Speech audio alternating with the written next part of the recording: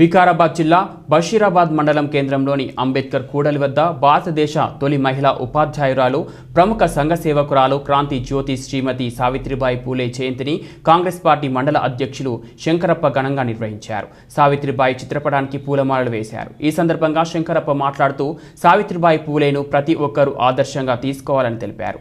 ఆమె అడుగుజాడల్లో నడవాలి అంటూ నేటి యువతరానికి పాఠ్య పుస్తకాలలో పాఠ్యాంశం లిఖించబడాలని, సావిత్రిబాయి పూలే సెలవు దినంగా ప్రకటించాలని, ప్రతి గ్రామంలో సావిత్రిబాయి పూలే విగ్రహ ఆవిష్కరణ చేయాలని ప్రభుత్వానికి విజ్ఞప్తి చేశారు. ఈ కార్యక్రమంలో పాల్గొన్న నరేష్, బీరప్ప, సాయి కుమార్, రవి తదితరులు పాల్గొన్నారు. ఓపెనింగ్ అవుతుందంటే ఒక సావిత్రిబాయి పూలే కారణం కాబట్టి మనము ఎంతో గుర్తించవలసిన అవసరం ఉంది. కాబట్టి సావిత్రిబాయి పూలని మనము ఎన్నటికీ మరవకూడదు.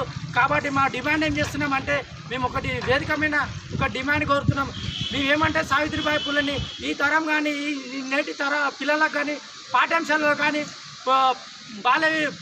ఇప్పటి నుంచే చిన్నపిల్లలకు పుస్తకాలలో పాఠ్యాంశం ఏర్పాటు చేసి ప్రతి గ్రామంలో కానీ ప్రతి జిల్లాలలో కానీ విగ్రహం ఏర్పాటు చేసి ఒక రోజు సెలవు దినం ప్రకటించాలని మేము కోరుతూ, జోహార్ సావిత్రిబాయి పూలే, జోహార్ సావిత్రిబాయి పూలే, సావిత్రిబాయి పూలే అడుగు జాడలో, సావిత్రిబాయి పూలే అడుగు జాడలో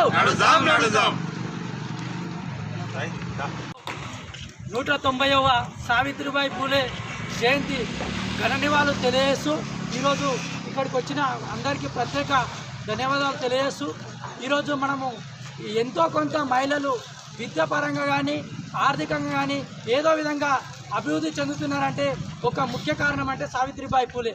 అది మనం ఎన్నటికీ మరవకూడదు. మనం సావిత్రిబాయి పూలని అడుగుజాడల్లో ఈ నేటి తరం చదువు నేర్పించింది. ఆవిడ ఒక చిన్న రైతు కుటుంబంలో జన్మించింది. జనవరి 3 జన్మించింది. ఆవిడ మనకు చదువు నేర్పించింది. వాళ్ళ భర్త దగ్గర ఆవిడ చదువు నేర్చుకొని మనకు చదువు నేర్పించింది.